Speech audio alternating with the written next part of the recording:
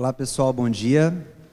Então, lhes fala Gustavo, vou me chamar de Gustavo Varela, meu sobrenome predileto, né? Apesar de Delgado ser o último nome.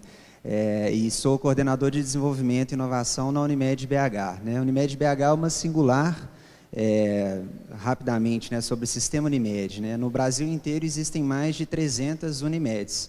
Elas têm independência jurídica, financeira, organizacional, né? E aqui a gente vai falar sobre a Unimed Belo Horizonte, especificamente. É uma Unimed bem relevante em termos de números. Nós abrangemos 34 municípios da região metropolitana de Belo Horizonte, são mais de 1.200.000 vidas. E a cooperativa, que esse ano completa 45 anos, ela possui também um centro de inovação. E a pauta do nosso centro de inovação, do contexto de inovação da Unimed BH, ela é bem pertinente com esse evento.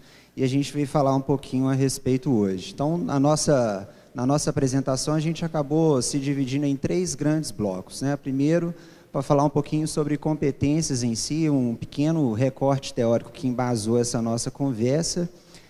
Nós também vamos falar um pouco de estratégia, no caso da Unimed BH, para a gente pensar a estrutura, estratégia, processos em prol do desenvolvimento de inovação no contexto da cooperativa.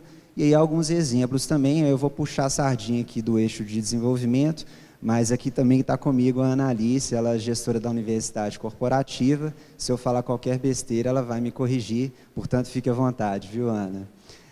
Falando então rapidamente sobre competências em si, aqui a gente tem uma divisão em termos de perspectivas, né? Da perspectiva individual, da perspectiva organizacional. Como eu me formei em letras, eu me interesso bastante por esse contexto semântico, assim, que diz respeito a dessa dicotomia.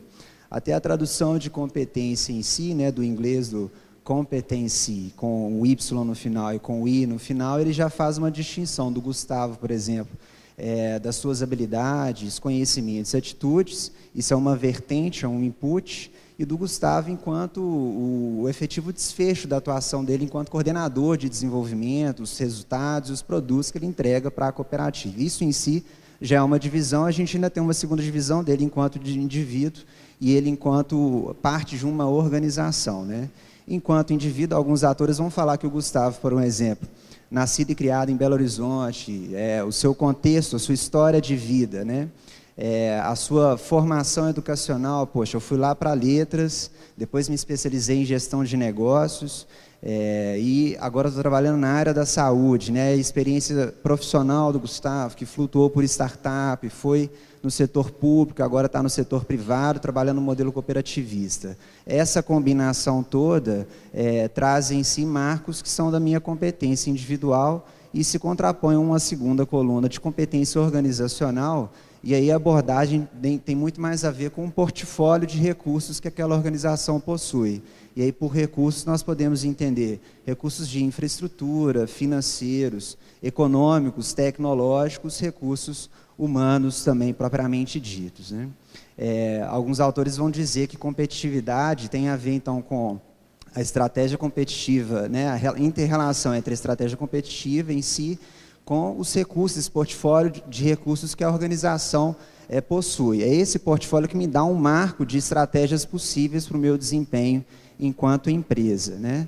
E nessa relação, né, tanto o indivíduo quanto a organização, ambas se beneficiam, e aí o agregar valor, ele pode ser, no caso da organização, econômico. Não é à toa que eu, especialista em gestão de negócio, estou à frente de uma área de inovação, não de invenção, né? Mas para o indivíduo também ele tem um retorno social. Né?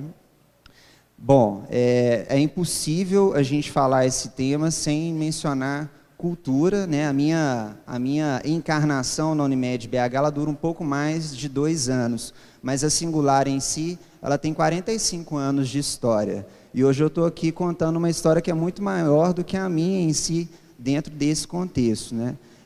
Eu estou ali no pilar de pessoas, mas, obviamente, há outros ingredientes que compõem o contexto cultural da organização, né? Uma organização que tem uma memória própria, que tem uma história própria. Né? Então, hoje a gente vai falar aqui de processos, de estrutura, né? De estratégia, né, e tudo isso dentro desse pilar de cultura, um ingrediente sagrado para a gente falar de processos inovativos. No caso da Unimed BH, esse material é público. Se vocês entrarem no portal da cooperativa, vocês vão identificar que inovação salta aos olhos, né? Ela se posiciona dessa forma.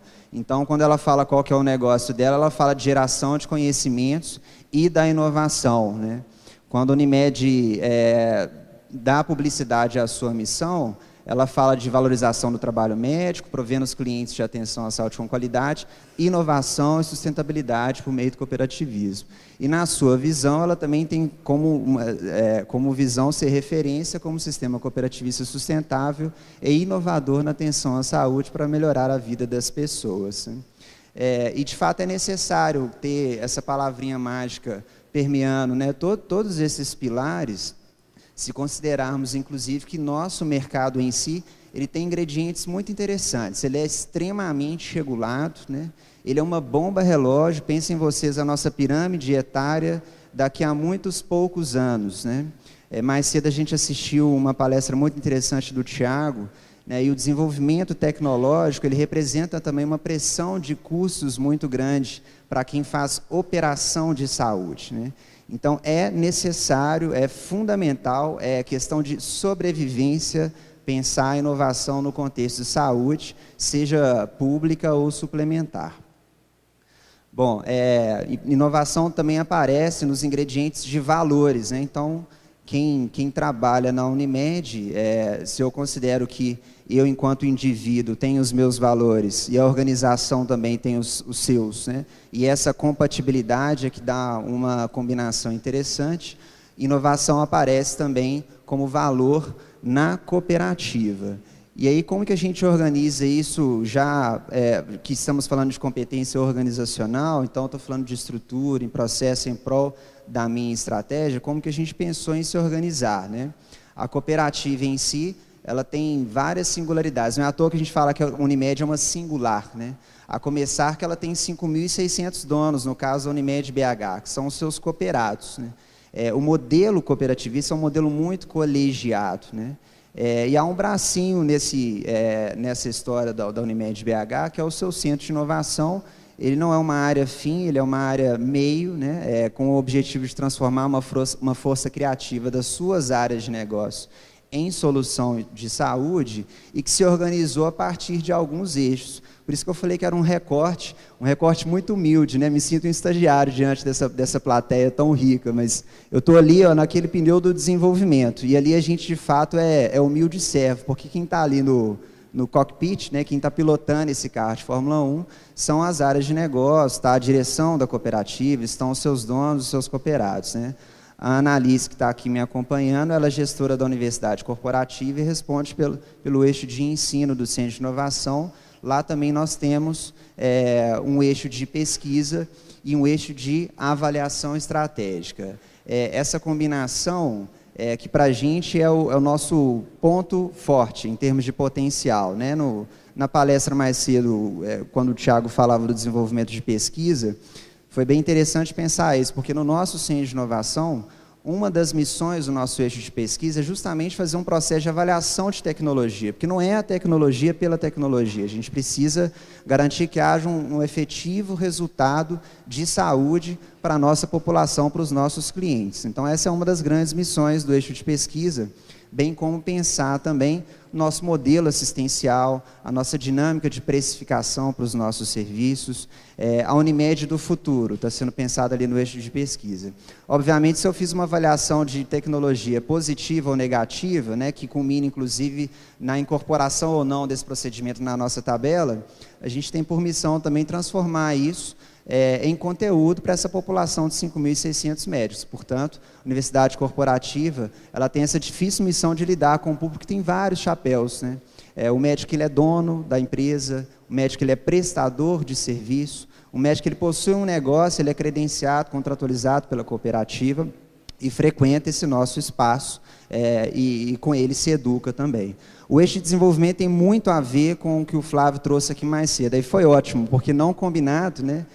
A gente faz muito disso, mirando ainda muito um público interno que diz respeito a a experiência do nosso usuário, a prototipação de novos sistemas que a Unimed investe, fazendo isso de uma forma rápida, barata e focada na efetiva experiência desse nosso público-alvo, para aí sim converter isso em um projeto. Mas a gente também conversa com o ecossistema e, no parte dos casos, a gente vai ter isso como exemplo, né? E a avaliação estratégica, que talvez seja a equipe mais multidisciplinar da Unimed, onde a gente tem atuário, demógrafo, administrador, participam também mesmo como ad hoc médicos, enfim, especialistas em diversos temas que têm por missão responder perguntas, né, com diferentes níveis de complexidade, sejam elas as mais simples, as mais complexas.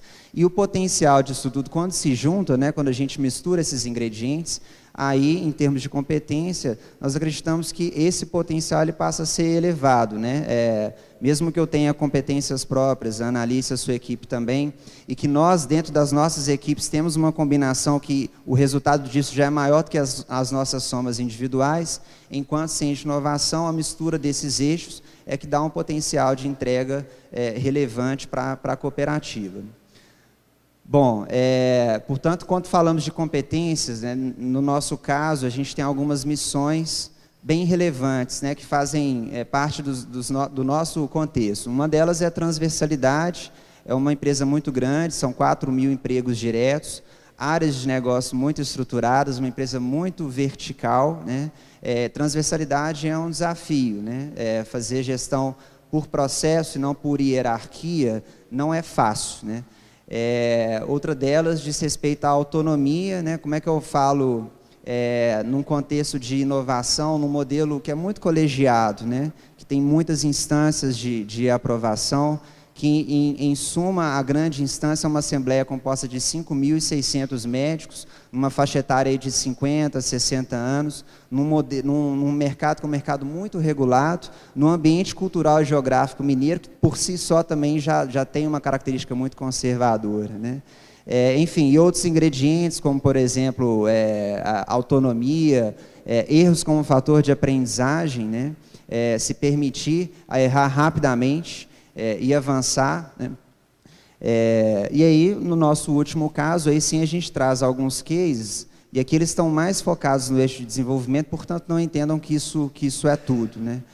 No caso do eixo de desenvolvimento, a gente tem ações que são ações internas e ações com parceiros. Então, a opção estratégica foi não por crescer a nossa estrutura, e por isso a relevância do tema proposto, mas sim se conectar com quem tem determinadas competências, que não são competências já estruturadas, no caso da Unimed BH, né?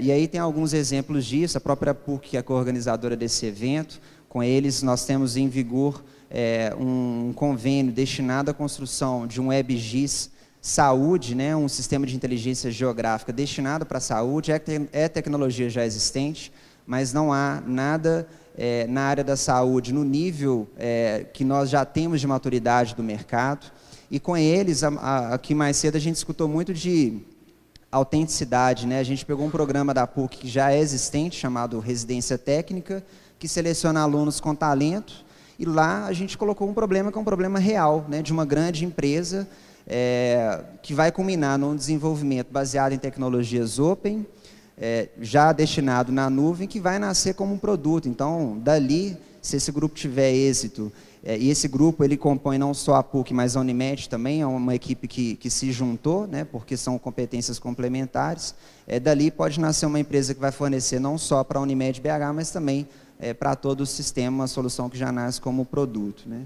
E outros exemplos que a gente vai conversar um pouquinho mais, como o caso da rede de inovação.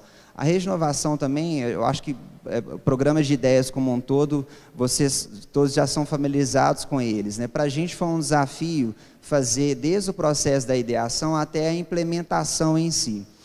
E a rede está na sua segunda temporada, a gente acabou de selecionar as ideias vencedoras, ela conseguiu fazer esse percurso todo. Mas aqui eu queria diferenciar os principais ganhos que nós tivemos, né? Como, por um exemplo, uma leitura que nós fizemos das personas, aqui personas focadas na nossa população de colaboradores. Então, a gente foi entender quem eram os perfis prioritários, como é que eu atinjo, né, essa população que é tão heterogênea, tão diversificada. A gente foi estudar lá o caso da Fabiana, por exemplo, que corresponde a um perfil assistencial, que trabalha de 7 a 7, numa pressão muito grande em ambiente hospitalar, que não tem lá um desktop com ela, como é o caso, por exemplo, da Roberta, que tem um perfil administrativo, né, que trabalha ali 8 por 6, e tem mais acesso ao e-mail, né? Diferente, por exemplo, do Bernardo, que é o único perfil majoritariamente masculino na Unimed, perfil que fica o dia inteiro em reunião, eu consigo atingi-lo por um SMS, por um WhatsApp, ali ele vai me responder, né? Assim como a Amanda, que é um perfil de auditora, que fica rodando os nossos prestadores de serviço. A rede, nos seus 2 ciclos, ela coletou aí 500 propostas, né? Mas a maior riqueza delas foi conseguir atingir uma população que não conseguia escalar as suas propostas, e propostas bem relevantes, propostas como a da Anne Marie, que está aqui à esquerda ao lado do Dr. Samuel, do Zé Augusto, 2 dos nossos diretores, que em 3 meses de projeto implementado já economizou mais de R$400 mil para a cooperativa. Uma ideia que estava ali, né, adormecida, que não tinha um processo instituído para alcançar, ser legitimada pela cooperativa. Ou como aqueles colaboradores que estão lá no fundo, na segunda foto, que recém ganharam a nossa premiação e foram reconhecidos numa plateia com todas as lideranças da Unimed BH, e você vê no brilho do olhar, o comportamento daquela pessoa, o quanto que aquilo impacta no seu dia a dia na organização, né? Bom, o Flávio citou aqui Hackathon, a gente também está investindo nessa lógica, num modelo talvez já adaptado, né, para que o hackathon não termine em si com a maratona, mas que dê continuidade. Então, a gente se juntou com a Newton, que tem uma estrutura muito rica de laboratórios, e são 2 desafios focados em internet das coisas, um dispensador de medicamentos para uma população de doenças crônicas, que está nas suas casas, com um rol diversificado de medicamentos caros e de uso contínuo, que a gente precisa controlar isso, e sensores inteligentes para controlarem um pareto de itens patrimoniais muito caros de equipamentos biomédicos. São tecnologias já existentes, mas o desafio para esses meninos é fazer isso com um custo relevante, né? Um custo que permita a gente utilizar e incorporar essa tecnologia no nosso dia a dia, né? Os grupos vencedores, e a maratona termina amanhã de manhã, eles vão ser pré-acelerados, né, participam do processo de pré-aceleração da Biominas, tem a mentoria da equipe do Sebrae para se constituir enquanto empresa, e tem um espaço aberto no Centro de Inovação para desenvolver isso durante 90 dias, para quiçá sair com o seu primeiro contrato ao final desse período de maratona, né, uma maratona, nesse caso, estendida, né. E, por fim, o último case, aqui é um programa que a gente participou junto com a Harvard Business School, é um programa de intercâmbio, né? Também não envolve contrapartida financeira, nós fizemos 2 ciclos com eles, e eles selecionam alunos das áreas das mais diversas, nenhum deles especializado em saúde, o legítimo MBA de lá, ele tem por missão fazer com que os alunos consigam solver qualquer missão, independente da sua indústria. E o mais rico desse projeto é o que ele gera de mobilização interna no setor. Eu preciso, às vezes, de alguém de fora que está legitimado, não amarrado e comprometido, para me fazer perguntas, por vezes, muito provocativas, perguntas que eu já tinha em mente, mas às vezes não tinha liberdade para conversar abertamente sobre elas, né? E fazer todo o percurso que envolve desde diretoria, alta administração, a entendimento com a nossa população de clientes, de mercado, né? E daí nasceu uma agenda propositiva para solucionar um determinado desafio. Unimed Pleno, que é um produto que agora está em plena ascensão, né, um produto focado, é um pioneiro produto focado em atenção primária no setor de saúde suplementar, ele passou por essa sabatina, ele estava adormecido, né, nós trouxemos essa turma para cá, num processo de imersão, eles passam uma semana no Brasil, e na sequência fizemos uma grande agenda que culminou numa retomada muito interessante desse produto, que está hoje em plena ascensão. Então, são casos, né? Existem outros, mas a gente se encerra aqui e vamos fazer parte, junto com a Ana, da mesa de discussão. Obrigado.